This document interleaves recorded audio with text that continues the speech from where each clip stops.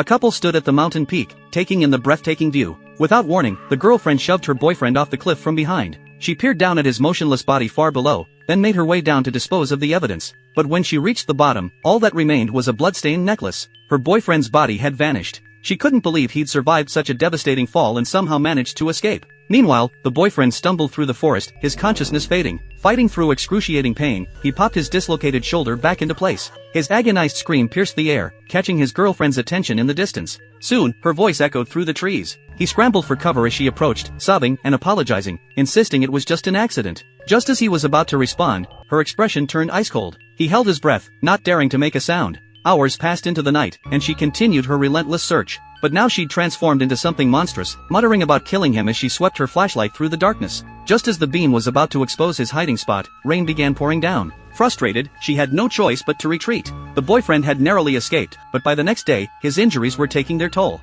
He knew that without immediate medical attention, infection would kill him before she ever found him. Desperate, he began his journey to find help. Meanwhile, his girlfriend prepared a tranquilizer gun and headed back into the woods to hunt him down. In a risky move, he circled back to the cabin while she searched the forest. Inside, he desperately looked for ways to call for help, but his phone was missing and the computer had no signal. Cut off from the outside world, he had no choice but to treat his wounds himself. He swallowed several painkillers to prepare for what was coming, but nothing could have prepared him for the agony. As he stitched his own wounds, the searing pain rendered the medication useless. Unable to bear it any longer, he let out a blood-curdling scream. The sound immediately drew her back. She burst through the door to find only surgical supplies and bloodied thread. He had vanished again. Knowing his injuries would slow him down, she quickly gave chase. But he was already pushing off from shore in a small boat he'd found nearby, desperately rowing away from his nightmare.